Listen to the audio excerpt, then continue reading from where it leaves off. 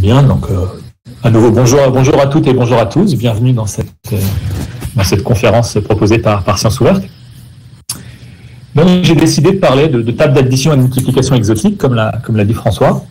Le mot exotique ici, il ne faut pas l'entendre en termes de voyage de très très loin dans tous les tropiques, mais plutôt en termes de choses un petit peu étonnantes, inattendues. Donc avant de partir dans les choses exotiques, restons sur des choses que vous connaissez toutes et tous. C'est les tables de multiplication et d'addition usuelles. Donc, malgré effectivement mon 6 de 4 x 9, il est bizarre parce que j'étais au bord de l'écran, mais 4 x 9, 36, c'est effectivement un 6 un peu bizarre, comme l'a dit Quentin, mais sinon, je pense que mes tables d'addition et de multiplication que j'ai écrites ici sont correctes. Si vous avez des souvenirs de votre école primaire, c'est encore sur le dos des cahiers, je crois, aujourd'hui. Donc, vous avez ces tables d'addition et de multiplication. L'addition, je ne sais même pas si on l'apprend, mais en tout cas, la multiplication, c'est sûr qu'on l'apprend par cœur. Et je vais vraiment partir de ça pour essayer de vous expliquer comment on peut additionner et multiplier, en fait, plein d'autres choses. Pas seulement les nombres usuels, mais d'autres nombres ou d'autres objets en mathématiques. Et essayer de vous donner une idée aussi à quoi ça peut servir. Donc je vais prendre vraiment ça comme fil rouge, les tables de multiplication et d'addition. Bonjour Elisa, que je vois arriver dans le chat. Donc j'ai donné mes tables de multiplication usuelles et d'addition. Ces tables-là, elles sont, on les connaît maintenant qu'on est grand, mais bon, pour les enfants, c'est pas toujours évident à apprendre. Hein. Les tables de multiplication, ça prend du temps. Et je vais commencer par une proposition pour simplifier ces tables de multiplication et d'addition. En fait, il y a des nombres trop gros qui apparaissent. On est tous d'accord que les tables de multiplication, ça devient dur quand on arrive à 6, 7, 8, 9, là, et qu'on voit apparaître, alors on ne sait jamais, 48, 56, 54, on ne sait plus trop dans quelle table ils sont, 63, 72, on se mélange. C'est ça la partie difficile des tables de multiplication, c'est quand on arrive dans les grands nombres. Alors moi, j'ai une solution simple pour se débarrasser de ce problème, c'est de supprimer les grands nombres.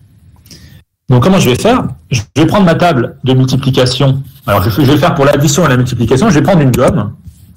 Et puis, alors, je ne sais pas si ma gomme, elle marche. Si elle marche, je vais enlever, vous voyez, j'ai enlevé en bas à gauche le 1 du 10. Je vais garder que les chiffres des unités. Ça me paraît une manière assez simple de garder des petits nombres, c'est de me limiter uniquement aux chiffres des unités. J'oublie tout le reste. Dès qu'il y a des dizaines, des centaines qui apparaissent, je les efface. Donc, je vais faire ça. Je supprime le chiffre des dizaines. Partout, il y en a un. Et moi, j'aime pas les grands nombres. Donc, ce qui est pas mal, j'en ai oublié, je vais y revenir, hop, je vais oublier le 1 du 10, hop, j'efface tous les grands nombres. En l'occurrence, j'efface plutôt leur chiffre des dizaines. Voilà. Pareil ici, j'efface les chiffres des dizaines. Et pareil pour la table du 9, ici, j'efface le chiffre des dizaines. Bon, c'est déjà plus lisible parce que les chiffres se mélangent moins.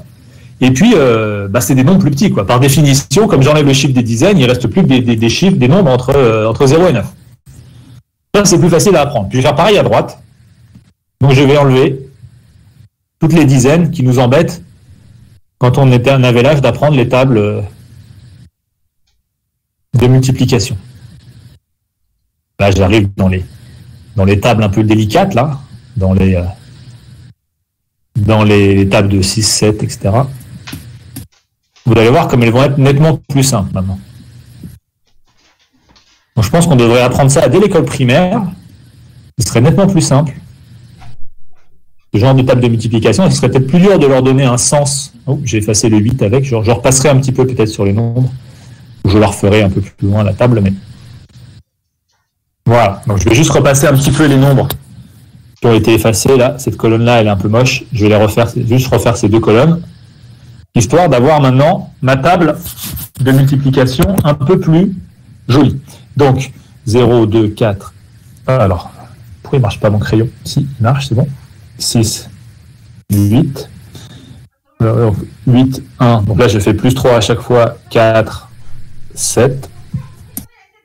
3 fois 9, 27, c'était bien ça. Ensuite, je fais plus 4, 8 et 4, 2, 2 et 4, 6. Je remets juste les derniers chiffres que j'ai effacés. 0, 5, 0, 6, 2, 8, 4. La table du 7, 6, 3. La table du 8, 4, 2. Et enfin, la table du 9, 3, 2, 1. Voilà. Donc voilà ma nouvelle table de multiplication. Et effectivement, vous pouvez trouver un petit spoiler dans le chat de Quentin. Tout à fait raison, Quentin. Donc là, on est en train de faire, pour toutes celles et ceux qui en ont déjà entendu parler, on va calculer modulo 10. Mais si vous avez jamais entendu, c'est pas grave, il n'y a pas besoin. Juste, on garde le chiffre. Et effectivement, ça revient à tous les multiples de 10. On les fait disparaître. Tous les multiples de 10, on les rend égaux à 0, et donc il ne reste que la partie où il n'y a pas de multiples de 10, donc les unités. Ok ? Donc voilà ce qu'on obtient. Vous voyez que la table de multiplication elle est nettement plus simple. Regardez la table du 9, la dernière ligne ou la dernière colonne de la table de droite, ben c'est juste les chiffres 9, 8, 7, 6, 5, 4, 3, 2, 1. Facile à retenir. Regardez la table du 5, 0, 5, 0, 5, 0, 5, 0, 5. Ça vous savez, hein, les multiples de 5 se terminent par 0 ou par 5. Mais bon, c'est nettement plus simple à retenir ces tables, surtout ce qui est le gros intérêt, c'est que la taille de mes nombres ne dépasse jamais 9. Par définition, je garde les chiffres des unités, la taille des nombres ne dépasse jamais 9. Donc moi j'aime bien ces tables de multiplication, elles ont un côté fermé, clos, c'est-à-dire que je multiplie et j'additionne des nombres entre 0 et 9, et ben les résultats seront toujours entre 0 et 9. Ils ne vont jamais sortir. Le problème de la table de multiplication précédente, c'est que vous multipliez des nombres entre 0 et 9, et vos résultats, ils varient entre 0 et 81. Donc on fait grossir. Et puis à chaque fois que si je remultiplie encore les nombres entre 0 et 81 par les nombres entre 0 et 9, ben ça grossit. On ne contrôle pas ça. Alors que là, l'intérêt, c'est que j'ai un monde fermé. Les nombres de 0 et 9, je les additionne et je les multiplie, et ils restent dans le petit monde des nombres, des chiffres ou des nombres entre 0 et 9. Ok ? Donc ça, j'aime bien. Ces tables de multiplication, je les trouve particulièrement intéressantes. Et notamment, pour plein de raisons. Mais donc, par exemple, vous voyez immédiatement le fait qu'un multiple de 5 se termine par 0 ou 5. Alors, on le voyait dans la précédente, mais là, c'est encore plus visuel. On retrouve immédiatement aussi cette loi sur les multiples de 9 qu'à chaque fois que je passe au multiple de 9 suivant, le chiffre des unités diminue de 1. Donc, on voit un certain nombre de choses dans cette table. Alors, vous voyez aussi que la table elle est symétrique par rapport à la diagonale que je vais tracer là. Là, on y reviendra. 2, 4, 6, 8, 0. La diagonale ici est un axe de symétrie de la table d'addition et de multiplication. Alors, c'était déjà le cas avant de virer les chiffres des dizaines. Hein. Mais ça, c'est une chose sur laquelle on reviendra tout à l'heure. C'est dû au fait que A plus B égale B plus A, ou alors à droite, A fois B égale B fois A. Donc j'ai des très jolies tables. Elles commencent à être exotiques parce que je ne suis pas sûr de pouvoir donner un sens à vraiment ce que ça veut dire. Par exemple, je ne sais pas, moi, quand je dis 5 fois, j'en sais rien, moi, 5 fois 6, 5 fois 6 égale 0. Qu'est-ce que ça veut dire concrètement? C'est pas complètement clair. En fait, ça veut dire que le nombre 5 fois 6 se termine par 0. Mais vraiment dire 5 fois 6 égale 0, c'est peut-être pas complètement intuitif. Mais en tout cas, j'ai quelque chose qui ressemble à une table d'addition et de multiplication. Et surtout, ce qui est remarquable, c'est que ces tables, donc je vais descendre un petit peu, donc je pense que vous avez, si vous n'avez pas compris d'où elles sortent, hein, vous pouvez me redemander, j'ai juste pris les tables usuelles et j'ai enlevé les dizaines. Et donc, effectivement, c'est ce qu'on appelle le calcul modulo 10. Ah. Est-ce que vous voyez quelque chose sur le partage d'écran? Ça marche bien ou pas? Vous avez vu que j'avais baissé ou pas? Et moi, ça s'affiche mal. Mais... Qu'est-ce que tu as baissé? J'ai juste à baisser un peu l'écran, mais chez moi, ça fait des flèches qui tournent. Bon, vous me direz si ça marche. On voit quelque chose, là. Ok, merci. Merci, Quentin. Très bien. Donc, je continue. Ah ben non, là, il n'y a plus rien. Pourquoi ça commence, ça ne marche pas? Alors, je reviens. Le partage s'est arrêté pour une raison que j'ignore. Normalement, il est revenu. Ok. Donc, effectivement, donc là, on obtient un ensemble. Alors, ce que je vais regarder, ça va être ça. Ça va être des ensembles.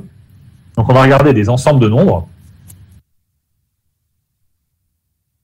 avec deux opérations que je vais noter la plupart du temps plus et fois. Donc, une addition et une multiplication. Et alors, évidemment, je vais demander quand même que ces opérations ne fassent pas n'importe quoi. Évidemment, on pourrait faire une table de multiplication au hasard, et ça peut être intéressant. Donc, vous mettez les nombres de 0 à 9 verticalement et horizontalement, puis vous remplissez au hasard. Vous jetez les nombres de 0 à 9 au hasard au milieu. Vous pourriez comme ça fabriquer des nouvelles tables. La question, c'est est-ce qu'elles sont intéressantes? Est-ce qu'elles ont un intérêt? En général, si vous le faites au hasard, c'est pas clair. Donc, moi, je vais demander quand même quelques conditions, vérifiant des conditions naturelles. Alors, je ne vais pas faire la liste, mais...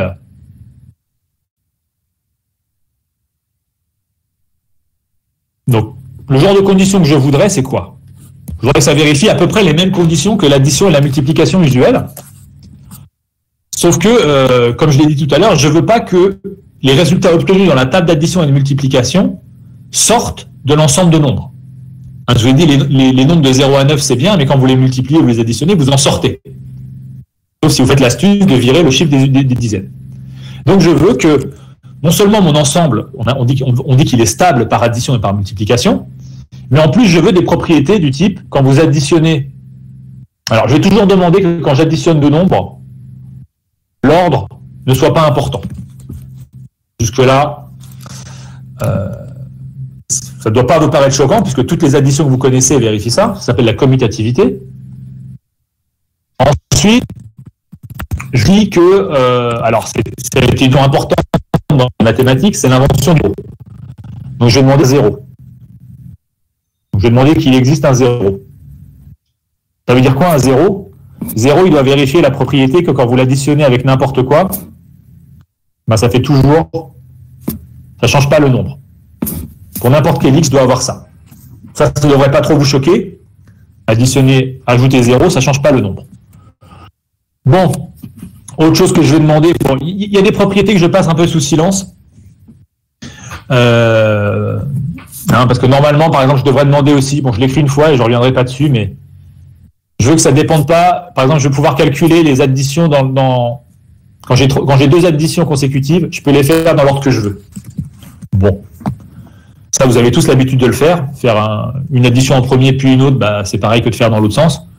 Je veux que ça vérifie ça. Mais je ne rentrerai pas plus dans les détails. Donc, je veux qu'il y ait une addition sympathique avec un 0. Et puis, je veux aussi une notion d'opposé. Je veux que tout élément x, il ait un opposé. Alors, c'est quoi l'opposé de x? On l'appelle souvent moins x. Je veux qu'il y ait toujours un opposé, c'est-à-dire que quand j'additionne les deux, eh ben, ça fasse 0. Alors, est-ce que c'est vrai sur ma table précédente? On testera tout ça sur la table précédente. Donc ça, c'est ce que je demande à l'addition. Et puis à la multiplication, bah, je vais lui demander un certain nombre de choses. Alors, il y a aussi une propriété sur les parenthèses. Je veux pouvoir mettre les parenthèses où je veux dans une multiplication. Je passe là-dessus. Je veux qu'il existe déjà un nombre 1. Ça va être important pour ce que je vais raconter. Il existe un nombre que je vais appeler 1 et qui joue un peu le même rôle que 0, mais pour la multiplication. Donc 1, il vérifie que quand vous multipliez n'importe quoi par 1, eh ben, ça ne change pas le résultat. Bon, ça, c'est la moindre des choses aussi. Si je n'ai pas de 1, disons, ça peut être intéressant à regarder, mais je perds toute l'intuition que j'ai accumulée depuis des années en faisant des calculs. Donc je vais supposer qu'il y a un 0 et qu'il y a un 1. Et puis, qu'est-ce que je vais supposer encore? Ben, je vais supposer que je peux faire des calculs un peu comme avec les nombres habituels, c'est-à-dire que je peux, par exemple, faire la distributivité que vous avez tous appris à l'école. Quand je multiplie A par B plus C, A fois B plus C, eh ben, c'est A fois B plus A fois C. Et puis le même genre de choses, des variantes de ce genre de propriétés. Voilà ce que je vais demander. Essentiellement, c'est tout. D'accord? Donc je veux des bonnes opérations. Et c'est ça que je vais appeler des bonnes tables d'addition et de multiplication. Alors, est-ce que toutes ces propriétés sont vérifiées dans mes tables exotiques, modérément exotiques, juste au-dessus? Alors, on remonte un peu. Est-ce que j'ai quelque chose qui joue le rôle de 0? C'est-à-dire quelque chose qui sert à rien pour l'addition. Quand je l'ajoute 0, ça ne change pas le nombre. bah vous voyez dans la table de gauche que celui que j'ai appelé 0, il joue vraiment le rôle du 0. C'est-à-dire qu'effectivement, 0 plus 1 égale 1, 0 plus 2 égale 2, ça marche bien. C'est ce que vous disent la première ligne et la première colonne de la table de gauche. Vous voyez, cette première ligne ici et la première colonne là vous dit bien que 0 joue bien son rôle de 0. Ensuite, le fait qu'il y ait des symétries, je ne l'ai pas dit, mais le fait qu'il y ait la diagonale rouge fasse une symétrie dans la table d'addition, ça vous dit aussi que l'addition, on a A plus B égale B plus A, peu importe le sens dans lequel on calcule.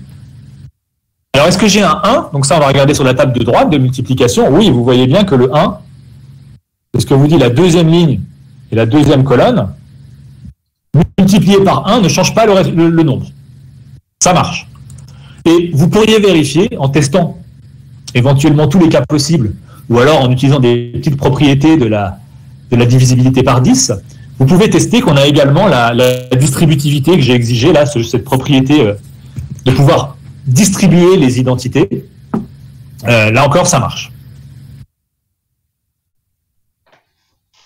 Exactement, Quentin, il a raison. Vu que je suis parti de l'addition et de la multiplication usuelle et que j'ai juste enlevé les dizaines, essentiellement, les propriétés de l'addition et de la multiplication se transmettent. C'est pour ça que ça marche. Tout à fait. Mais, attention, il y a des petites subtilités qui apparaissent. Regardons par exemple, alors la table d'addition, elle me plaît bien. Est-ce qu'il y a par exemple un opposé? C'est pas complètement clair. Quel est l'opposé de 7 par exemple? Je prends 7 dans l'addition. Est-ce que quelqu'un peut me dire dans le chat quel est l'opposé? Ouais, Quentin va trop vite. Quentin, il me dit que c'est 3. Pourquoi? Effectivement, regardez 7 plus 3, qu'est-ce qu'il y a? Quel est le résultat? Ça fait 0. Donc on a bien que 3 est égal à moins 7. 7 plus 3 égale 0, donc 3 égale moins 7. 7 a bien un opposé. Vous vérifiez aussi qu'il y a un seul opposé. Le 0 apparaît une seule fois sur la colonne du 7. Et dans chaque colonne, il y a exactement un 0. Ça veut dire que chaque nombre a un unique opposé. Ravi. Ça, c'est bien.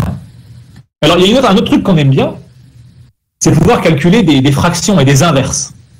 Ça, c'est agréable. Je n'ai pas mis dans les axiomes. Donc, on peut se poser la question, est-ce que les nombres, ils ont des inverses pour la multiplication? Alors, Quentin, interdit de répondre, d'accord? Tu réponds dans ta tête. C'est quoi l'inverse d'un nombre? L'inverse d'un nombre x, c'est un nombre y tel que x fois y égale 1. Alors, est-ce que quelqu'un peut me trouver l'inverse du nombre 3? Donc, un tiers. Évidemment, un tiers, il n'est pas dans mon ensemble de 0 à 9, donc je n'ai pas le droit de le prendre. Est-ce que quelqu'un peut me trouver l'inverse du nombre 3? Un nombre que quand je le multiplie par 3, je trouve 1. Alors là, il me dit, désolé si je prononce le prénom, mais c'est là, il me dit 7. Bonne remarque. 7 fois 3 égale 1. Donc 7 est l'inverse de 3. Ça, c'est bizarre. L'inverse et l'opposé, c'est la même chose? On va tester pour un autre, peut-être? Alors, testons, par exemple, j'en sais rien, moi, on peut tester 9. Est-ce que quelqu'un d'autre peut me donner l'inverse de 9? Elisa va trouver, je crois. Eva aussi. Elisa, Eva, félicitations. L'inverse de 9, tout le monde sait que c'est 9. Effectivement, 9 fois 9 égale 1. Et alors, l'opposé de 9, c'est quoi? Sur la table de gauche, quel est l'opposé de 9? Elisa, elle a pris de l'avance, elle a tout à fait raison. Alors, 9 a un opposé, facile, c'est... Alors, je vois quelqu'un en train de répondre. Bon, vous êtes tous capables de répondre. L'opposé de 9, 9 plus 1 égale 0, donc l'opposé de 9, c'est 1. Donc, on voit que l'opposé et l'inverse, c'est pas la même chose. L'opposé de 9, c'est 1, alors que son inverse, c'est lui-même. Et Elisa me fait la remarque très intéressante que les nombres pairs n'auraient pas d'inverse. Et effectivement, vous constatez que dans la table de droite, les nombres pairs, et comme le dit Quentin, le nombre 5 également, n'ont pas d'inverse. Et 0 non plus n'a pas d'inverse. Dis donc, ça fait beaucoup de trucs bizarres. Donc effectivement, les nombres 0, alors je vais les mettre en, je sais pas, ouais, en vert foncé, 0, 2, 4, 5, 6, 8, n'ont pas d'inverse parce que dans leur colonne, vous pouvez vérifier, mais le 1 n'apparaît pas. Et en revanche, tous les autres ont un inverse. Alors celle-là, il me suggère de parler de PGCD, il a tout à fait raison. Vous constatez que les nombres 0, 2, 4, 5, 6, 8, c'est exactement les nombres qui ont un facteur commun avec 10. J'ai dit, on regarde les entiers modulo 10, donc en fait on a 10 entiers au départ, de 0 à 9, Et bien, les nombres qui n'ont pas d'inverse, c'est exactement ceux qui ont un facteur en commun avec 10. Vous voyez, les nombres pairs, ils ont tous un facteur commun avec 10. Et puis le nombre 5, il a le facteur 5 en commun avec 10, qui est donc 5 fois 2. En revanche, les autres, c'est-à-dire les impairs qui ne sont pas multiples de 5, donc 1, 3, 7, 9, eux, ils ont un inverse. Dans leur colonne, il y a une seule fois le nombre 1 qui apparaît, donc ils ont un inverse, et il est unique, cet inverse, d'ailleurs. Bon, bah, c'est pas mal, ça. On voit des choses, donc il y a des liens avec les nombres habituels, les nombres réels ou les nombres entiers. Il y a des liens et des choses différentes. Parmi les choses assez exotiques qui apparaissent, hein, je l'avais déjà souligné tout à l'heure, mais je peux le redire, c'est que quand vous faites, par exemple, alors faut pas que je me oui, c'est ça, 6, j'avais dit tout à l'heure, 6 fois 5, 6 et 5 ne sont pas nuls, mais le produit des deux fait 0. Donc ça, c'est assez étonnant. Vous avez deux nombres qui ne sont pas nuls, vous les multipliez, vous trouvez 0. Ça n'arrive pas dans le monde classique. Mais dans ce monde exotique, vous voyez que multiplier deux entiers non nuls, ça peut donner un résultat nul. 6 fois 5 égale 0. Alors ça, c'est assez contre-intuitif. Et ça va être assez gênant quand on fait des calculs, parce que ça va nous empêcher justement de diviser ou de simplifier certaines égalités. Mais on a deux tables, donc d'addition et de multiplication, qui vérifient les petites conditions que j'avais écrites en dessous là. Il y a des difficultés avec l'existence de l'inverse, et il y a certains produits qui sont nuls et qui, entre guillemets, ne devraient pas être nuls, mais sinon ça marche bien.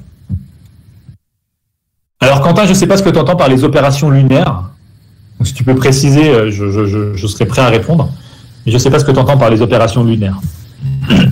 Donc là, en tout cas, intéressant, j'ai des opérations qui vérifient des bonnes opérations. Alors, 3 plus 7 égale 7. 3 fois 7 égale 3. Ah, tu veux dire, quand est-ce qu'on retombe? Alors, moi j'ai 3 plus 7 égale 0, sauf erreur. Et 3 fois 7 égale 1. C'est ça que tu voulais dire?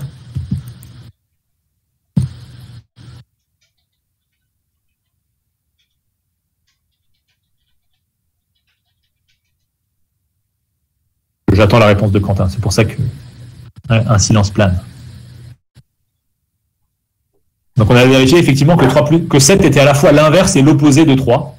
Alors ça arrive, hein, vous connaissez des nombres dans le monde normal qui sont égaux, enfin des nombres dont l'inverse est égal à l'opposé. Quelqu'un peut m'en trouver un dans le monde des nombres normaux? Un nombre dont l'inverse est égal à l'opposé. Il n'y en a pas beaucoup, mais il y en a.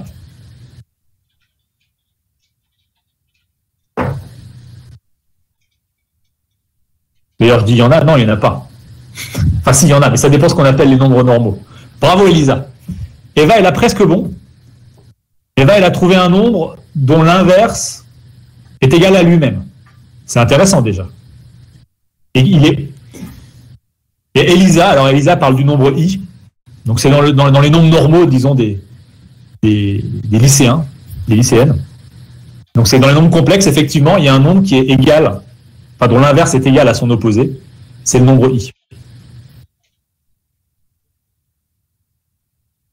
Bon, alors Quentin, effectivement, on pourrait garder ça, mais si tu veux, je garde ça pour plus tard. OK? OK, donc il y a des nombres, en tout cas si vous connaissez les nombres complexes, il y a des nombres dont l'inverse est égal à l'opposé. Ici, on en voit qui apparaissent. Bon, bah pourquoi pas. C'est pas interdit. Et on voit sur non nul dont le produit fait 0. C'est étonnant. Alors, à quoi ça sert? Ça donne des informations intéressantes. Par exemple, si vous avez besoin de connaître, j'en sais rien moi, le dernier chiffre de 2732 fois 4729, bon, bah, vous n'avez surtout pas envie de faire le calcul, mais 4722 fois 3729, eh bien, le premier se termine par 2, le deuxième se termine par 9. Donc, vous regardez 2 fois 9 dans la table de droite, et vous savez tout de suite que le dernier chiffre, c'est un 8.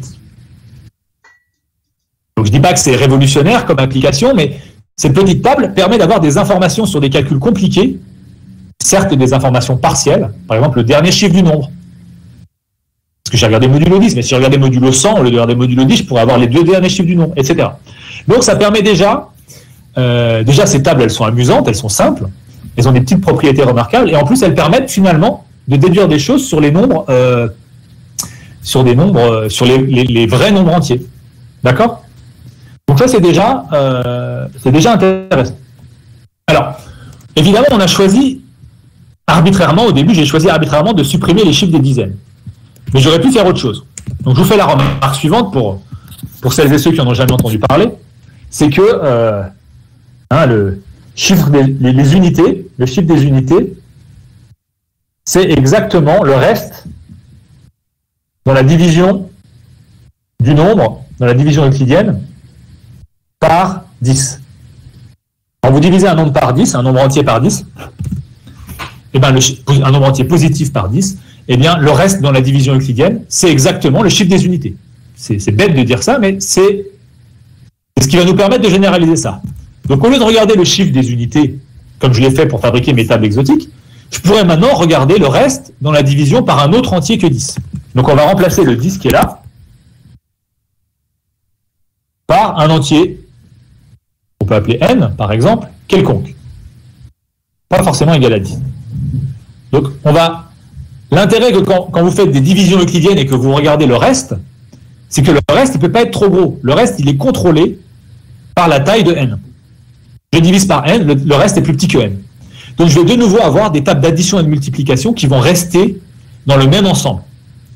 Au lieu d'avoir 9 fois 9 égale 81, donc un nombre qui devient gigantesque, eh bien, je vais avoir 9 fois 9 égale 81 que je vais regarder modulo n, comme on dit, c'est-à-dire je vais regarder son reste dans la division par n.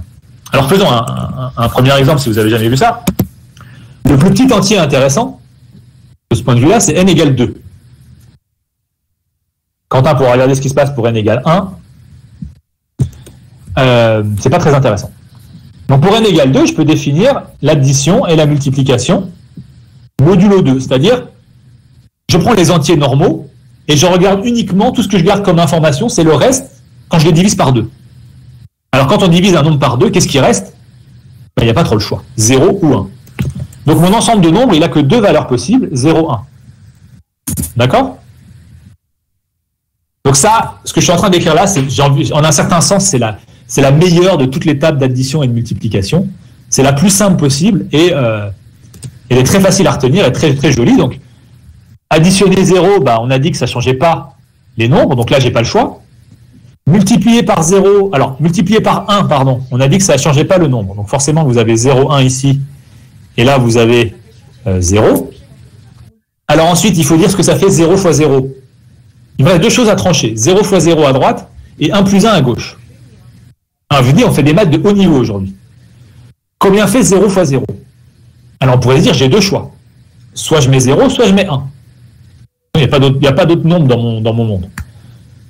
Alors, si je fais 0 fois 0 égale 1, vous allez arriver assez vite à une contradiction. En fait, on peut montrer très facilement avec les petites propriétés que j'ai mises juste au-dessus que 0 fois n'importe quoi doit faire 0. Mais c'est pas un choix.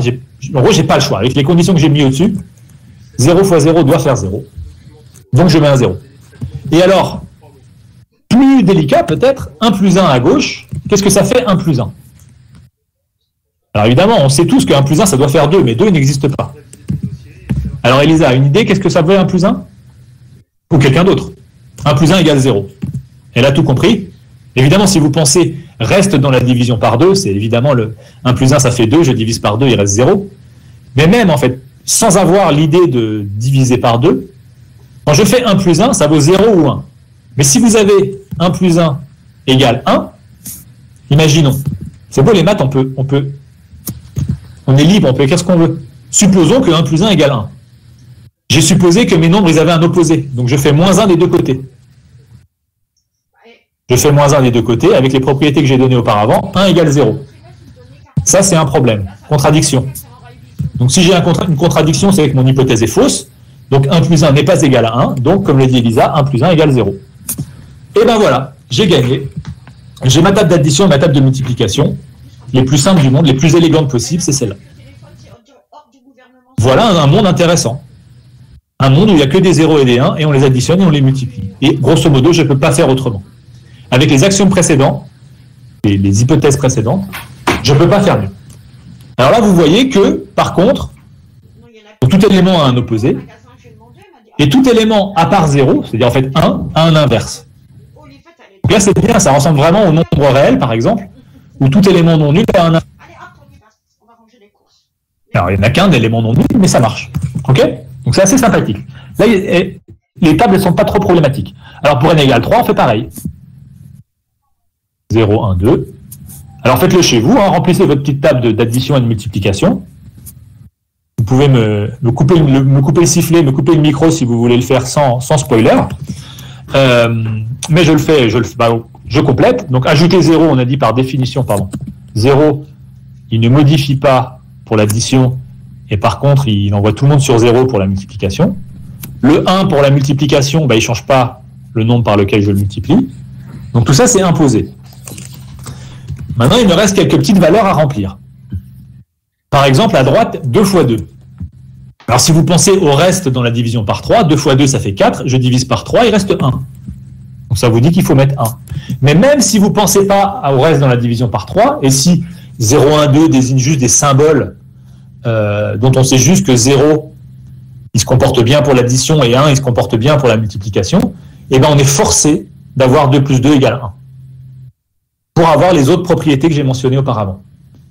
Si vous supposez 2 plus 2 égale 0, 2 plus 2 égale 2, vous allez avoir des contradictions du même type qu'on a fait tout à l'heure. Enfin, 2 fois 2, pardon. Mais il se trouve aussi qu'on va avoir 2 plus 2 égale 2 fois 2. En tout cas, on arrive à cette multiplication-là, et l'addition, 1 plus 1, de nouveau, on peut raisonner comme précédemment, c'est soit 0, soit 2, et on peut vérifier que ça fait 2. Et forcément, 1 plus 2 égale 0, puisqu'il faut qu'il y ait 1, il doit avoir un opposé.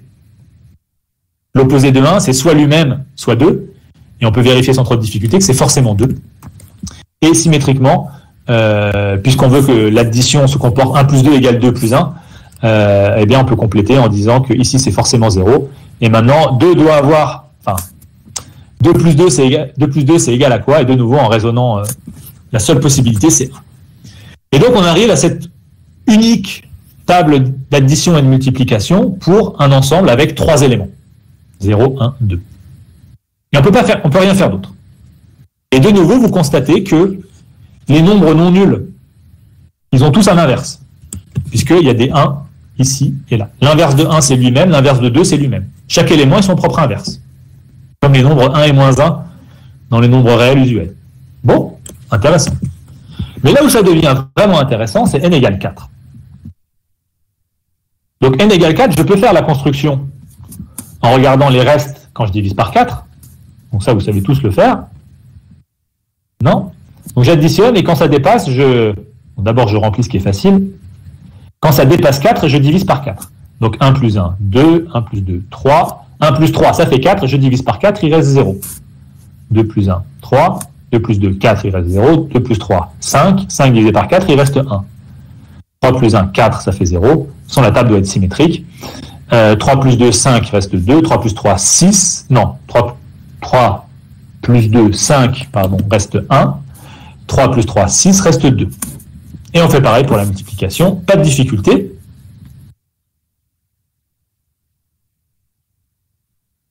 Hop. Là, on met des zéros. Le 1 multiplié par 1, ça ne change pas le nombre. Donc ça fait ça. Il nous reste 4 cases à remplir. Et là, ce qui est amusant, alors puisqu'on regarde quand le reste dans la division par 4, c'est facile à compléter. Donc 2 fois 2 égale 0, ça c'est un peu exotique. 2 fois 3 égale 2, 3 fois 2 égale 2, et 3 fois 3, 9, on divise par 4, il reste 1.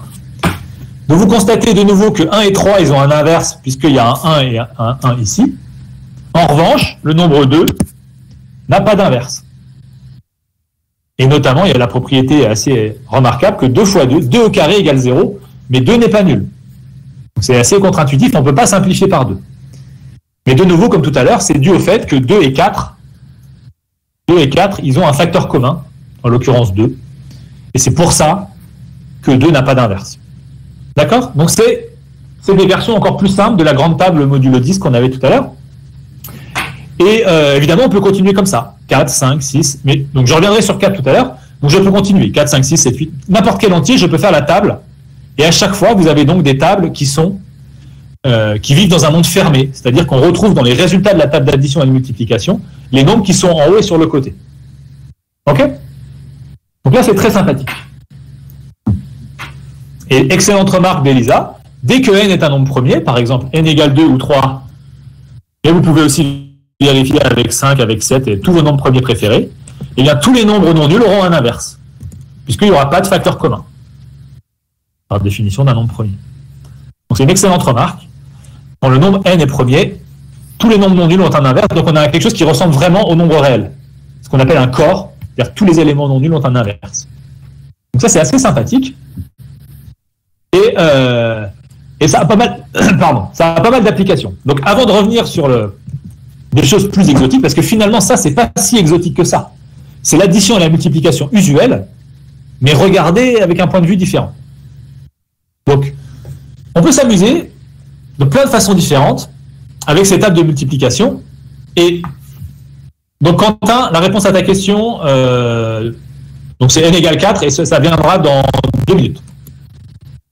Je vais vous illustrer une petite image pour illustrer ce qui se fait avec ces tables, modulo 2, 3, 4, 5, 6, mais quand n devient grand. Donc il y a toujours le fait qu'effectivement, quand n est un nombre premier, il n'y a pas de... Tous les éléments non nuls ont un inverse. Par contre, quand n n'est pas premier, il y a des éléments qui n'ont pas d'inverse. C'est la vie. Et donc je vais vous partager un autre écran pour vous montrer une petite illustration. Donc je partage un autre écran. Alors, il faut que je trouve le bon écran. Il est là. Donc là, normalement, vous voyez un truc passionnant. Donc c'est juste un petit programme que j'ai écrit. Qu'est-ce qu'il fait ce programme? Il prend... Alors, bon, il y a un truc au début qui n'est pas intéressant. Voilà, ça c'est pas intéressant. Je vais y arriver. Hop. Ok. Alors par contre, peut-être que je le redémarre. Ah. Ok, je le redémarre. Donc, on va y arriver, hein, ne vous inquiétez pas. Hop. C'est juste une petite illustration amusante de qu'est-ce qui se passe quand on multiplie. Alors ça va apparaître. Voilà. Donc ça maintenant, il faudrait que je le partage comme ça. Ok. Multiplication. Qu'est-ce qui se passe quand on multiplie plusieurs fois, quand on regarde les puissances d'un nombre modulo un autre nombre? Une illustration géométrique assez amusante. Je réessaye de partager et j'espère que ça va marcher. Donc, je reprends ce que j'étais en train de dire. Vous le voyez, ouais, c'est bon. Vous avez là un petit programme. Bon, ces premières lignes ne sont pas intéressantes. Ensuite, je prends n. Je prends un entier n. Alors, j'ai pris 20 000. Comprenez, je prends un nombre assez grand pour que ça fasse une jolie figure. Mais peut-être pour que ce soit plus compréhensible, en fait, je vais commencer par une petite valeur de n. Alors, un petit nombre 20, par exemple. Même 10, on avait fait avec 10, faisons 10. Et puis là, on va prendre le nombre 3. Donc, je prends n égale 10 et k égale 3. Est-ce que... Alors, peut-être pour 10, c'est un peu trop petit quand même, je vais prendre 20. Je prends n égale 20 et k égale 3. Donc, ça veut dire que je vais calculer modulo 20. Donc, je vais à chaque fois garder uniquement le reste dans la division par 20. Et je vais calculer les puissances de 3. Donc, c'est ce que fait mon petit programme. Et ensuite, je vais les représenter. Voilà ce que j'obtiens. Pas très intéressant. J'obtiens une sorte de, comment je pourrais appeler ça? Un nœud papillon. Voilà, Quentin vous a fait le calcul, en fait, il n'y a que 4 points. C'est les 4 extrémités de mon nœud papillon. Après, je les relis, bon, pour dire que je vais de l'une à l'autre. C'est pas très intéressant. Mais on va regarder ce qui se passe quand je prends un entier plus grand. Et je regarde ses puissances, toujours modulo n. Donc je vais prendre n égale 200, par exemple. C'est un peu plus grand, ça, c'est pas mal. Qu'est-ce qui se passe? Oh, je ne sais pas si c'est intéressant, mais en tout cas, c'est exotique. C'est bizarre. Donc pour 20, visiblement déjà, il y a plus de... Enfin, les puissances de 3, elles prennent plein de valeurs, modulo 20. Et alors, est-ce que ça fait une figure jolie? Je ne suis pas sûr. Ça fait un gros bazar. Bon. Ben, on n'a qu'à aller regarder encore plus gros. Peut-être en plus le nombre est grand, peut-être on verra un ordre apparaître dans ce désordre. Alors j'ai pris n égale 2000. Ouais, toujours pas très convaincant. Donc ça, c'est les puissances de 3, je les représente sur le... Hein, comme c'est des nombres modulo, en l'occurrence ici, modulo, combien j'ai dit, modulo 2000, eh bien je les ai représentés sur un cercle. D'accord? J'ai mis les points entre 0 et 1999, et puis répartis sur le cercle, intervalle régulier, et je décris toutes les puissances de 3 qui apparaissent les unes après les autres, et je les relis successivement les unes après les autres. Bon, alors ça fait vraiment un truc moche. Alors bon, j'avais essayé 20 000, on va essayer 20 000. Hein. Est-ce qu'à 20 000, ça va être encore plus moche? Qu'est-ce qui va se passer? Ah! Tiens, ça me paraît beaucoup moins moche. Je ne sais pas ce que vous en pensez. Ça fait une jolie figure. Alors, est-ce que quelqu'un... On a l'impression même que... C'est bizarre, parce que c'est que des droites. Hein. Je relie à chaque fois un point au suivant. Une puissance de 3 à la puissance de 3 qui suit. Et en reliant, voilà, en traçant toutes ces droites, tous ces segments, on voit apparaître une sorte de courbe. Quelqu'un sait quel nom a cette courbe? Ouais, bravo Elisa, c'est une cardioïde, exactement. Alors c'est assez surprenant qu'on voit apparaître une courbe. Alors on peut se dire peut-être ça dépend des points, des nombres que j'ai choisis. Alors on peut rester... apparemment, avec 3, c'est pas... Ah, là c'est le dessin d'en dessous, excusez-moi. Donc avec 3, on obtient quoi? Je refais. Là j'ai spoilé le truc d'en dessous. Voilà, avec 3, on n'obtient pas une cardioïde, mais on obtient une sorte de cardioïde, mais avec avec plus de branches. Et le dessin de la cardioïde de tout à l'heure, c'est quand je prenais les puissances de 2 et pas les puissances de 3. On vérifie. Quand je prends les puissances de 2, que devient mon truc à deux bosses devient une vraie cardioïde. Voilà. Et vous pouvez constater que si vous augmentez, par exemple, prenons k égale 4, eh bien, ça va augmenter le nombre de bosses. Donc là, c'est des choses assez bizarres. Faut que tu montes un peu ton écran. Oui, ça va venir. Il faut le temps de calculer. Voilà. Donc là, vous voyez, on obtient un truc à 3 bosses avec k égale 4, j'ai 3 pétales. Excuse-moi, c'est on ne voit pas là. Ah, vous ne voyez pas? Non, on voit que la moitié. Ah.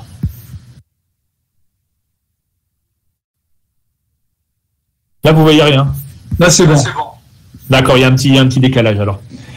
Donc là, vous voyez, quand je prends les puissances de 4, j'obtiens 3 pétales. Quand je prends les puissances de 5, j'obtiens 4 pétales.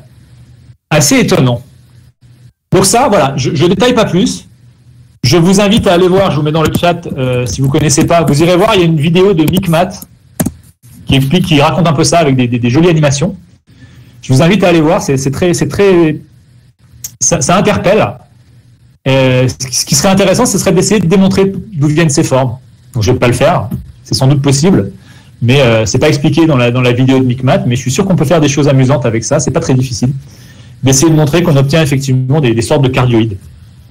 Tout ça pour vous dire qu'on peut faire des très jolies images avec pas grand-chose. Alors, ça ne sert pas qu'à ça, hein, les tables de multiplication exotiques, ça ne sert pas seulement à faire des images, des jolies images. Donc je vais revenir à ma feuille blanche, parce que la feuille blanche, finalement, c'est la meilleure amie du mathématicien. Voilà. Feuille blanche et un crayon. Voilà. Et je vais vous mentionner quelques autres usages de ces tables. Voilà, merci pour Marc pour le lien vers Micmat. À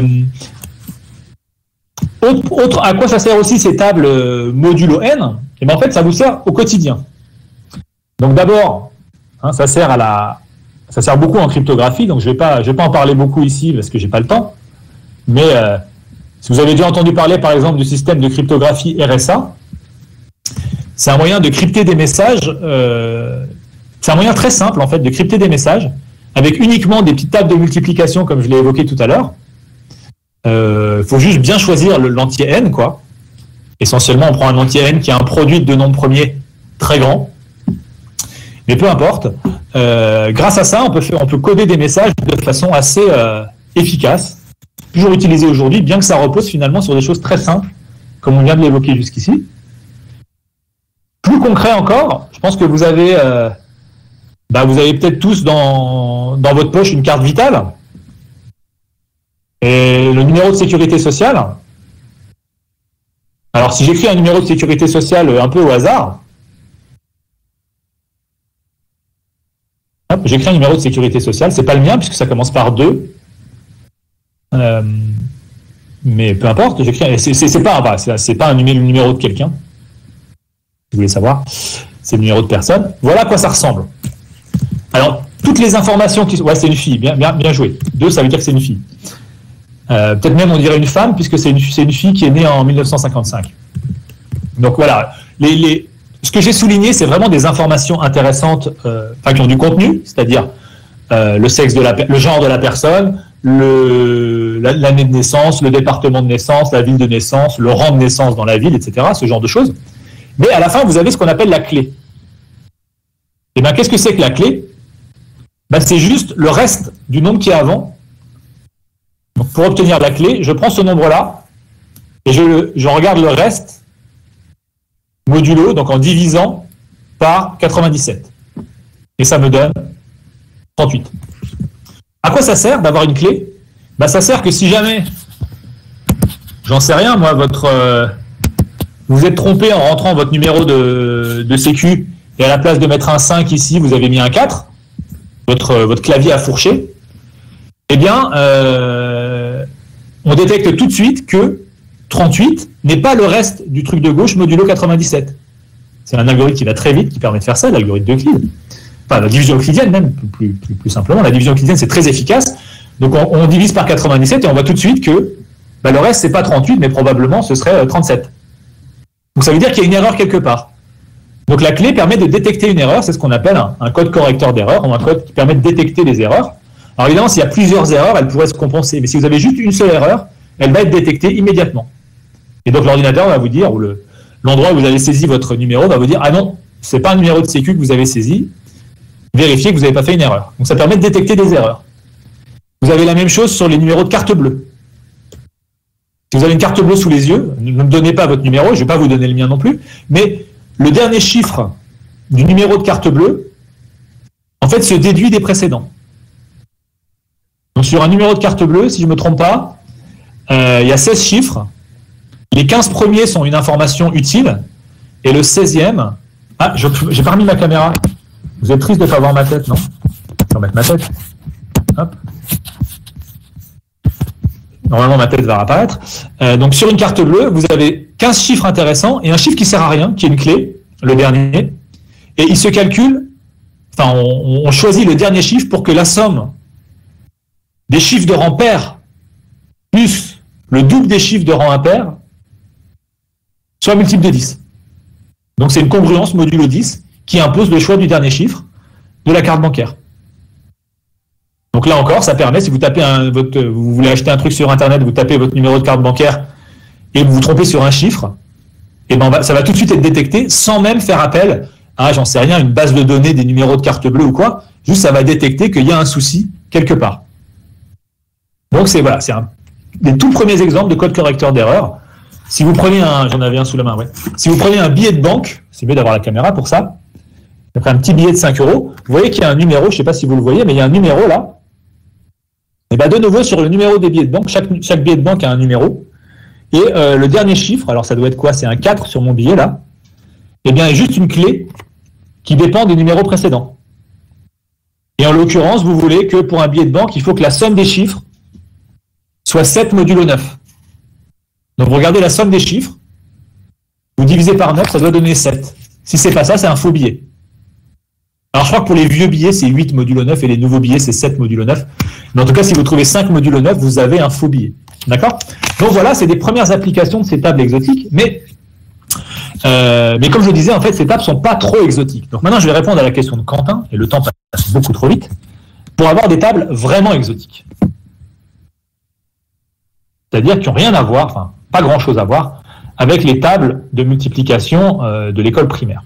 Donc, on va pas prendre... Ce qu'on a fait jusqu'ici, c'est les tables de l'école primaire et puis les diviser par un entier, quoi. Et puis regarder les restes. Maintenant, on va faire un truc vraiment exotique. On va prendre l'avion et on n'a pas le droit, mais on va voyager, voilà, sous les tropiques, on va faire des choses vraiment exotiques. Alors, on va reprendre n égale 4, parce que 4, c'est un nombre remarquable, notamment parce que c'est le premier nombre intéressant qui n'est pas premier, quoi. Et vous allez voir, on va découvrir des choses amusantes pour 4. Parce que pour n égale 4, il y a plusieurs lois possibles, il y a plusieurs additions et multiplications possibles. Alors, il y a celle qu'on a déjà vue, donc je ne vais pas la refaire, mais il y a d'autres façons d'additionner et de multiplier les nombres. Donc, j'ai décidé de les appeler 0, 1, 2, 3, mais faites attention, c'est des nombres 0, 1, 2, 3 qui n'ont rien à voir avec ceux que vous connaissez. La seule intuition que vous pouvez garder, c'est que 0 il joue son rôle de 0 et 1 il joue son rôle de 1. Mais en revanche, 2 et 3, vous pourriez, et peut-être ce serait mieux d'ailleurs, mais bon, par cohérence et vu le manque de temps, je fais comme ça. 2 et 3, vous feriez mieux de les appeler XY ou carré rond ou ce que vous voulez. Ou bidule et trucs. Vraiment ce que vous voulez, mais c'est des machins qui n'ont rien à voir avec les nombres 2 et 3. Et puis, je vous ai dit, j'essaye de remplir la table.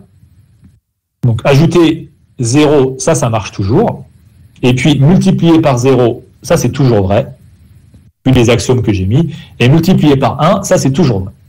Et puis maintenant, on a un degré de liberté sur les cases qui restent. Et c'est pas très difficile en fait de faire la liste complète de tout ce qui est possible. Alors, d'abord, j'ai pas le temps de détailler le. Alors, est-ce que je crois que je les avais écrits quelque part. Ils sont où? Bon, j'ai pas le temps de détailler comment je les obtiens. Alors, évidemment, je les ai pas sous la main, mais je vais les retrouver. Je les ai. C'est bizarre. Bref. Donc, comment je les obtiens, ces tables? Donc, par exemple, pour la multiplication, hein. Bon, alors. Donc, pour l'addition, d'abord, si j'impose une addition, la même addition que tout à l'heure, c'est-à-dire l'addition modulo 4, en fait, il se trouve que ça détermine la multiplication. Ça, c'est pas complètement évident, mais avec les propriétés de distributivité, en fait, et le fait qu'à partir de 1, en fait, en faisant 1 plus 1 plus 1 plus 1, on obtient tous les nombres, donc 0, 1, 2, 3, en additionnant uniquement 1, et bien ça vous dit que l'addition détermine la multiplication. Donc si je veux vraiment trouver un truc exotique, il faut avoir une nouvelle addition. Pas l'addition modulo 4, mais autre chose. Et ça, on montre facilement que dans ce monde-là, forcément, 1 plus 1 égale 0. Parce que si je mets 1 plus 1 égale 2, je vais retrouver en fait l'addition précédente. Donc je suis obligé de mettre 1 plus 1 égale 0. En fait, à partir de là, ça détermine complètement une addition qui est donc 1 plus 1 égale 0. Alors maintenant, après, il faut que je te dise que c'est par exemple 1 plus 2. Mais comme 2, c'est 1 plus 1, et ben j'ai 1 plus 1 plus 1 et que 1 plus 1 fait 0, donc il reste 1. Et puis, non, pardon, j'ai dit 2, c'est 1 plus 1, je dis n'importe quoi. Non, justement, j'ai pas 2 égale 1 plus 1. Comment je calcule 1 plus 2, sachant que 2, je ne sais pas ce que c'est, donc il faut que je raisonne un petit peu. Par contre, 2 plus 2, ça fait 0, et 3 plus 3, ça fait 0. Parce que ça c'est une propriété, de nouveau, qui découle des propriétés précédentes, on n'a pas trop le choix. Donc en particulier, 2 est son propre opposé, 3 est son propre opposé. Bon, et puis ensuite, il faut que je dise que ça fait 2 plus 1. Alors 2 plus 1, de nouveau, alors il faut que je choisisse, c'est ça, il faut que je choisisse. Donc j'ai dit que 1, c'était 1, ça va être quand même le nœud pour la multiplication. Donc 2 plus 1, ça va faire...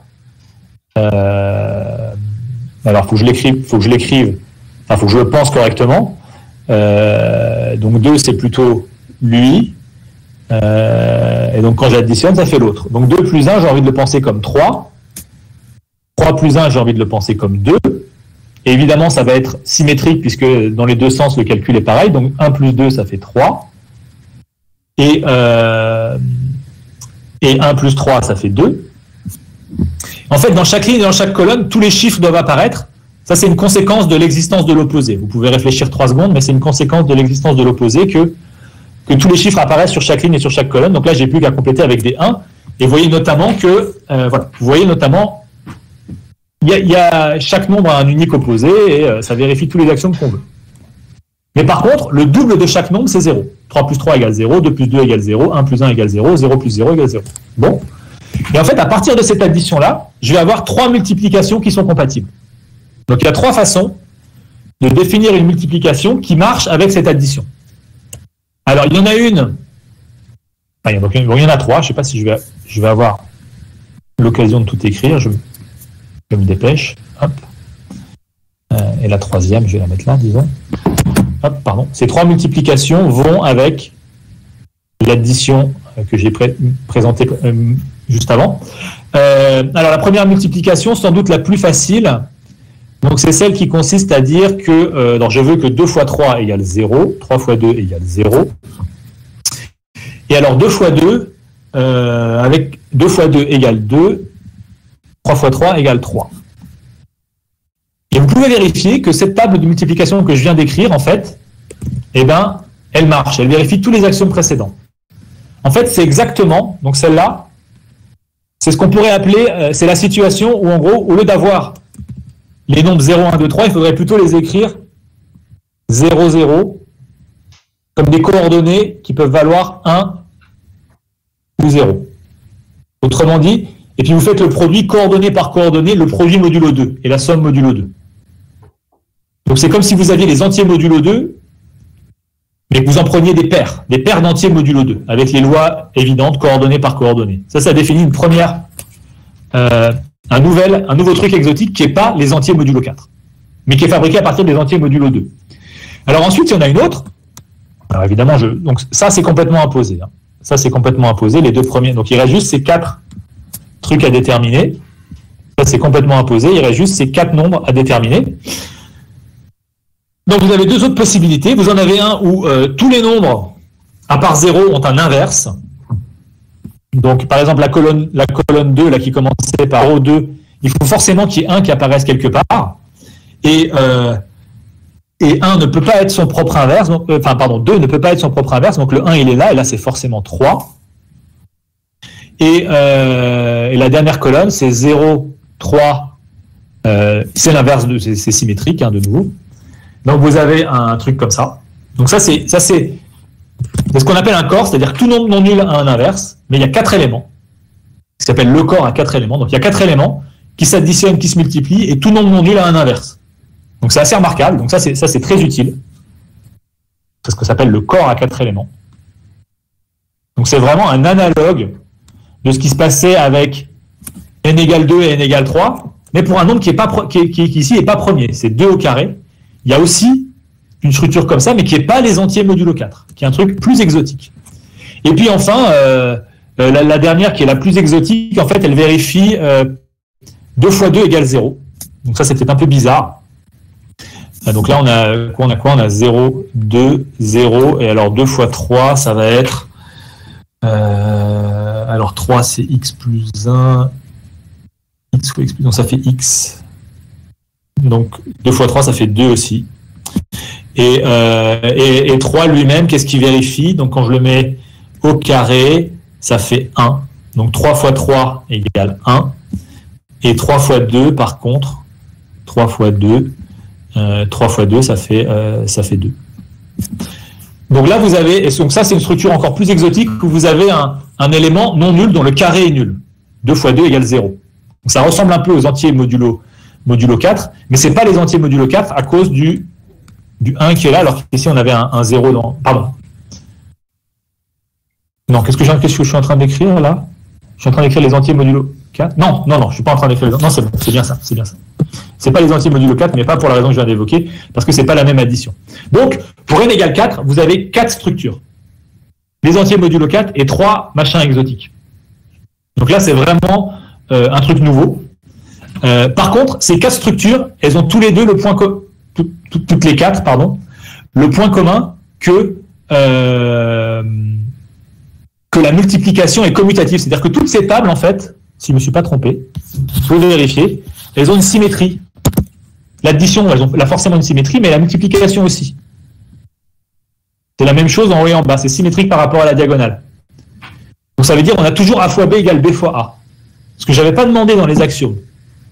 Pour avoir vraiment un exemple vraiment exotique, il faut aller à n égale 8. À n égale 8, il y a un exemple exotique, entre guillemets, vraiment exotique, avec, cette fois-ci, AB qui n'est pas toujours égal à BA. Quand vous prenez des éléments bien choisis, A et B, parmi vos 8 éléments, et ben leur produit, c'est pas le même quand vous changez de sens. Alors, je ne vais pas détailler comment on le construit, mais on peut le faire vraiment à la main, en faisant une grosse table 8 sur 8 et en écrivant la multiplication et l'addition. On peut construire ça. Mais alors, il y a des... Excuse-moi, vas-y. Des éléments qui n'auront pas d'inverse.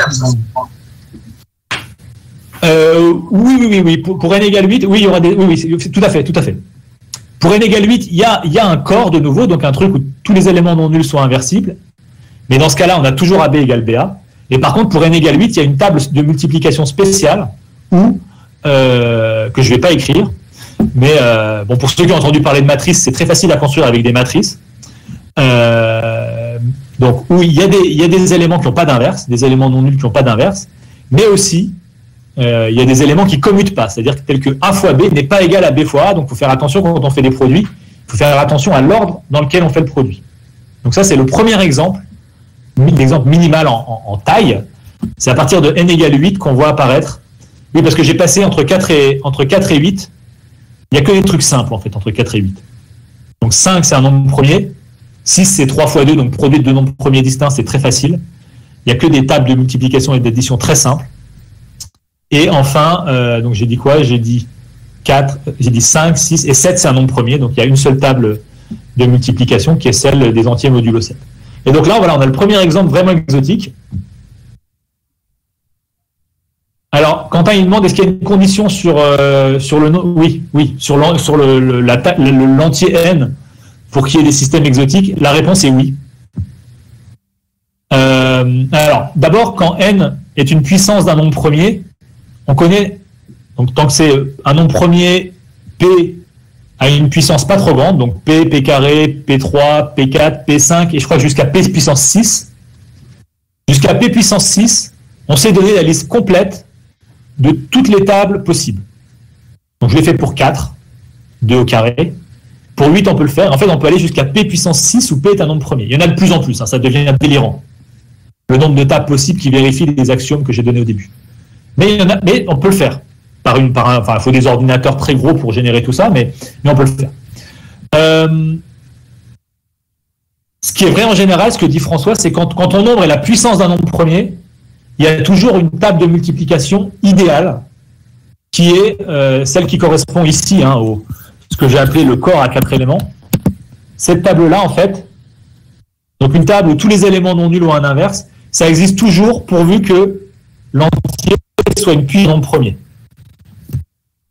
Et ça, c'est une évidence. C'est-à-dire si ton nombre n'est pas une puissance d'un nombre premier, tu ne peux pas avoir une table de multiplication où chaque nombre a un inverse. Donc ça, c'est une propriété qui est connue. Et donc après, voilà, pour tous les autres nombres, en fait, il existe des choses exotiques. Et en fait, à partir de p puissance 3, il y a des exemples qui ne sont pas commutatifs, donc comme on l'a vu, où il n'y a pas de symétrie, comme pour n égale 8, il n'y a pas de symétrie dans la table. Donc ça, c'est vraiment des choses exotiques qui peuvent avoir un intérêt. Le sujet entouré en vert et ses généralisations ont un vrai intérêt. Les corps finis, c'est très intéressant, notamment pour les applications en informatique et en cryptographie, c'est crucial, mais en plein d'autres choses aussi. Bon, j'avais envie de parler de tas d'autres choses, comme le corps de Conway, par exemple, qui avec l'application en théorie des jeux. Donc c'est une table de multiplication qu'on fabrique un peu comme celle que j'ai faite, mais de façon un tout petit peu plus subtile. Enfin, on ne prend pas les entiers modulo n, on fait une construction, j'ai envie de dire récursive, c'est-à-dire on construit la table de multiplication petit à petit, en prenant des entiers de plus en plus grands, et on la construit petit à petit, et on arrive à fabriquer comme ça une table qui est absolument géniale, qui permet de multiplier entre tous les nombres entiers, et qui permet de coder un certain nombre de jeux de type de jeux de société, en fait, de jeux à 2 joueurs, comme le jeu de Nîmes. On peut comme ça résoudre tous les jeux de Nîmes à l'aide de cette table de multiplication dont je voulais parler, mais pour laquelle j'ai pas le temps. Et puis l'autre question aussi que je voulais aborder, mais c'était donc là j'ai regardé que des tables de multiplication et d'addition qui sont finies, c'est-à-dire avec un nombre fini de nombres, de 0 à quelque chose. Évidemment, il y a aussi un intérêt de regarder des tables de multiplication pour des ensembles infinis, comme les nombres rationnels, les nombres complexes, les nombres réels que vous connaissez. Et là aussi, on peut voir apparaître des choses intéressantes. Donc, vous connaissez les nombres réels. Certains d'entre vous connaissent les nombres complexes. Ces deux ensembles de nombres-là, ils sont très particuliers parce que, d'abord, tout nombre non nul a un inverse. Et ensuite, quand on multiplie deux nombres réels ou complexes, peu importe l'ordre dans lequel on les multiplie, c'est commutatif, comme le dit Quentin. En revanche, on peut fabriquer des ensembles de nombres plus exotiques. Par exemple, l'ensemble des quaternions. Donc, je termine juste en citant ça. Donc, vous avez l'ensemble des nombres réels, que vous connaissez tous. Certains d'entre vous connaissent peut-être les nombres complexes, qu'on voit au lycée, qui contiennent les nombres réels et qui ont des propriétés encore plus sympathiques que les nombres réels. Et puis, en fait, on peut continuer. On peut fabriquer un truc plus gros, qu'on note souvent H et qu'on appelle les quaternions de Hamilton. Les quaternions, c'est aussi un ensemble avec une addition et une multiplication. Ça contient les nombres complexes. L'addition a toutes les bonnes propriétés que j'ai mentionnées tout à l'heure. La multiplication se comporte bien avec l'addition. Tout élément non nul a un inverse, mais la multiplication n'est pas commutative. C'est-à-dire que là-dedans, on a des nombres où c'est important de faire attention à l'ordre. AB est différent de BA en général. Mais c'est un ensemble qui est très intéressant et qui est très utile, en fait, qui permet, par exemple, donc les nombres complexes, vous savez peut-être que ça permet d'étudier la géométrie plane, les rotations, les similitudes dans le plan. Multiplier par un nombre complexe, en fait, c'est faire une opération géométrique dans le plan, une rotation, par exemple. Eh bien, les quaternions, ça permet de coder et de faire des calculs avec les transformations géométriques dans l'espace. Vous voulez faire une rotation dans l'espace de dimension 3, et bien ça se code très facilement en multipliant par un quaternion. Et même si vous voulez faire des rotations dans l'espace de dimension 4, je ne vais pas définir ce que ça veut dire, mais ça existe, des rotations dans un espace de dimension 4, là encore, ça se code bien avec des quaternions. Et c'est utile en physique. Alors, donc, oui, bonne question, Eva. R, il est de dimension. Donc, si je parle, je vais parler de dimension. Je ne vais pas parler en détail ce que ça veut dire, mais ça veut juste dire que de combien de coordonnées, en gros, on a besoin. Un nombre réel, c'est une coordonnée, puisque c'est un nombre réel. Coordonnées réelles, je parle. Un nombre complexe, c'est deux nombres réels. Partie réelle, partie imaginaire, pour ceux qui connaissent, donc c'est de dimension 2. Un quaternion, c'est 4 coordonnées. Donc c'est de dimension 4. Et au lieu d'avoir les nombres 1 et i comme on a dans les nombres complexes, on a 1, i, j, k. On a 4 éléments de base. Donc dimension 4. Et donc ça, c'est utile pour comprendre la géométrie en dimension 3 et 4. Et alors, il y a un truc encore plus exotique qu'on appelle les octonions. C'est une construction qui est, essentiellement, ça a été inventé par Cayley. Et les octonions, lui, c'est de dimension 8 sur R. Donc c'est 8. Un octonion, en quelque sorte, c'est un vecteur, c'est la donnée de 8 nombres réels. Un nombre complexe, c'est 2 réels. Un quaternion, c'est 4 réels. Et un octonion, c'est 8 réels. D'accord ? Et qu'est-ce qu'ils ont, les octonions ? Alors non seulement, puisque ça contient les quaternions, on n'a plus la commutativité, donc en général, AB est différent de BA, mais c'est pire. C'est-à-dire que ça va être tellement exotique qu'on ne va plus avoir que A multiplié par BC, c'est pareil que AB multiplié par C. C'est-à-dire quand je fais un produit, il faut faire attention, donc c'est différent en général. Il faut faire attention à l'ordre dans lequel je mets les parenthèses. Donc ça, c'est vraiment louche. Donc là, on perd l'associativité. Et donc, on a un ensemble qui est louche, mais qui est quand même utile et qui a des applications géométriques, mais un peu plus, disons, dans des espaces un peu plus bizarres et de façon un peu plus, encore plus exotique, j'ai envie de dire. Je m'arrête là parce que j'ai largement dépassé. Je vous remercie d'avoir écouté et participé. Et n'hésitez pas à participer. Elisa, elle demande quoi ? Comment se construisent les nombres IJK, des quaternions ? C'est un peu comme pour les nombres complexes, en fait. Ces constructions-là, en fait, c'est comme les nombres réels. Les nombres réels, déjà, ça vous semble évident, peut-être, pour vous, c'est quoi un nombre réel ? Mais en fait, il faut les construire. Et les nombres réels, c'est pas si facile que ça à construire. Mais bon, les mathématiciens ont réussi à construire les nombres réels à partir, en gros, des nombres entiers. Les nombres entiers, on admet que ça existe, on est tous convaincus que ça existe, et à partir des nombres entiers, on sait fabriquer les nombres réels. C'est pas très dur. On fabrique d'abord les rationnels, et puis on complète en bouchant les trous On a les nombres réels. Maintenant, vous avez les nombres réels. Vous fabriquez les nombres complexes, essentiellement, par exemple, en disant qu'un nombre complexe, c'est juste se donner deux nombres réels. Et on définit une addition et une multiplication sur les couples de nombres réels. Ça définit les nombres complexes. Et bien, les quaternions, c'est au lieu de se donner deux nombres réels, on en prend quatre. Et on définit une addition et une multiplication naturelle dessus.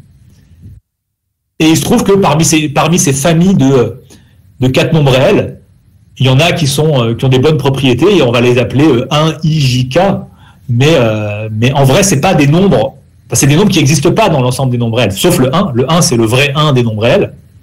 Le I, c'est le vrai I des nombres complexes, mais qui n'est pas réel. Et le J et le K, c'est des nombres qui sont pas des complexes. Donc, c'est des nouveaux trucs on les rajoute en fait. Donc, ils n'existent pas vraiment. C'est comme si on rajoutait des nouveaux symboles de façon plus précise. En gros, au lieu de prendre des vecteurs à 2 coordonnées, on prend des vecteurs à 4 coordonnées. Donc, au lieu de prendre 2 réels, on en prend 4. Donc, en quelque sorte, on peut dire que, si tu veux, le nombre 1, on peut l'identifier au vecteur à 4 coordonnées 1, 0, 0. Le nombre I, on peut l'identifier au vecteur 0, 1, 0, 0. Et le nombre J, on peut dire que c'est le vecteur 0, 0, 1, 0, etc. Et K, si vous mettez le 1 en bas. Oui, et voilà. Et par exemple, voilà, 1 plus I plus J plus K, avec cette convention d'écriture, ça devient le vecteur avec que des 1. Oui, tout à fait. Alors après, écrit comme ça, c'est assez pénible d'écrire l'addition et la multiplication. L'addition, c'est facile, c'est l'addition coordonnée par coordonnée. Par contre, la multiplication, c'est pas très facile à écrire si vous prenez un vecteur x1, x2, x3, x4 multiplié par un autre y1, y2, y3, y4. On peut écrire des formules, mais elles ne sont pas forcément très faciles. Ce qu'on retient juste en général, c'est la table de multiplication pour les quaternions. Vous mettez 1. Pardon, il ne faut pas que je le mette là. 1, 2, voilà. Problème de taille de colonne, là, voilà. Tac, tac, tac. Par exemple, pour la multiplication, vous mettez 1, I. Une fois que vous savez multiplier 1, I, J et K, comme n'importe quel quaternion, il va être une combinaison à coefficient réel de ces nombres de base. Et bien, si vous savez multiplier les éléments de base, vous saurez multiplier tous les nombres. Donc, il suffit juste de remplir cette petite table de multiplication. Alors, multiplier par 1, c'est toujours aussi facile. Et après, vous savez sans doute que I au carré, le nombre complexe I au carré, il fait moins 1. C'est comme ça qu'on le fabrique pour ça. J au carré et K au carré, ça fait moins 1 aussi. Je n'explique pas pourquoi. IJ, ça fait un machin, en fait. IJ, pardon. IJ, ça s'appelle K. K, c'est I fois J, en fait. I fois K, je vais me tromper. K fois I, c'est J. Donc I fois K, c'est moins J, si je ne me trompe pas. J fois I, donc c'est là que vous voyez la non-commutativité. IJ, ça fait K. JI, ça fait moins K. JK, ça fait I. Et KJ, ça fait moins I. Et qu'est-ce qu'il me reste? Il me reste KI. J'ai dit KI, ça fait J. Là, vous avez une table qui permet de multiplier les quaternions de base. Et ensuite, quand vous avez n'importe quel quaternion, vous l'écrivez comme 1 réel fois 1, plus 1 réel fois I, plus 1 réel fois J, plus 1 réel fois K. Et vous développez. Puisque ça marche bien, la distributivité, vous développez, vous utilisez cette table, et vous pouvez multiplier n'importe quel quaternion. Donc voilà, ça fait un machin... un machin un peu plus gros que les nombres complexes et qui a aussi des applications, voilà, je vous ai dit, pour décrire par exemple les rotations. Alors, quelle différence, Elisa demande, quelle différence entre les quaternions et R4? Oui, ce qui se passe, c'est que R4, en fait, R puissance 4, donc c'est les vecteurs à 4 coordonnées. A priori, c'est des vecteurs. Donc, tout ce qu'on sait faire, c'est les additionner. Ou éventuellement les multiplier par un nombre. Mais on ne sait pas multiplier deux vecteurs entre eux, en général. Ça n'a pas de sens. Des vecteurs, ça s'additionne, ou ça se dilate, ou ça se contracte. Ça ne se multiplie pas entre eux. À part en dimension 3, vous avez le produit vectoriel. D'accord? Mais, en revanche, là, on a le droit de multiplier des vecteurs à 4 coordonnées. Donc, c'est un vrai truc en plus. Donc, c'est là la différence, c'est qu'on a une structure supplémentaire qui est la multiplication. D'ailleurs, le produit vectoriel, si vous connaissez le produit vectoriel de deux vecteurs dans l'espace de dimension 3, dans R3, et bien en fait, c'est une trace du produit des quaternions.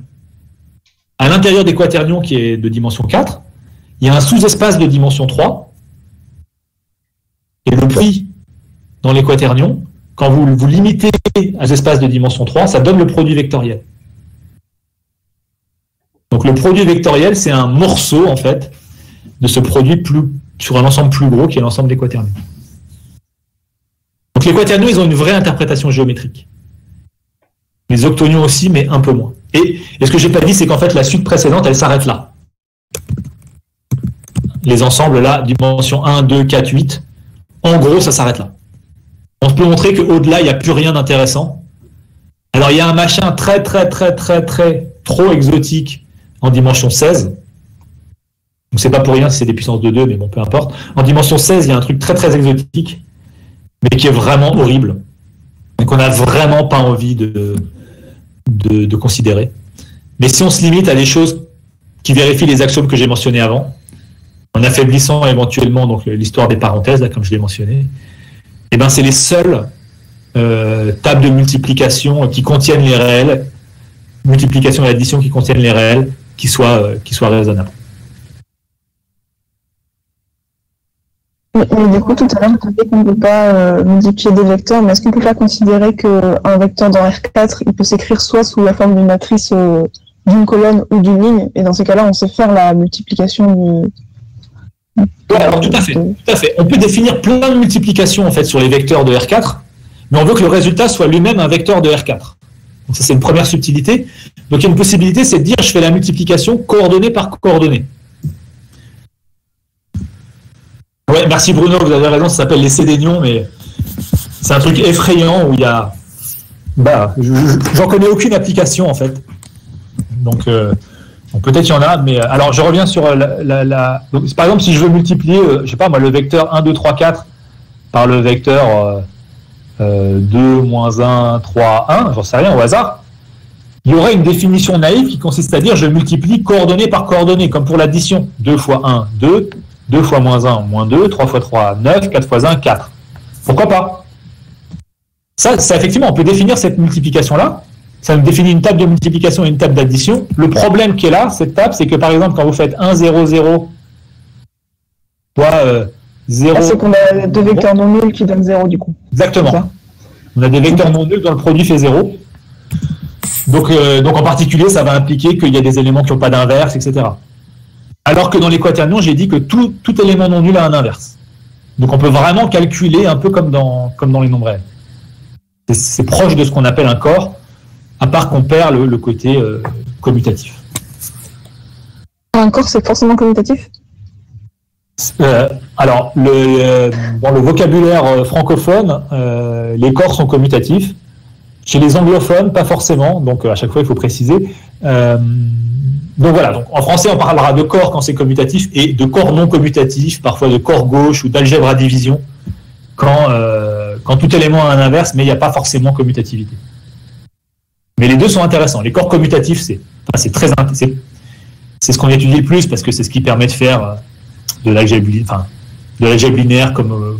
En gros, les corps commutatifs, ça marche comme les nombres réels, grosso modo.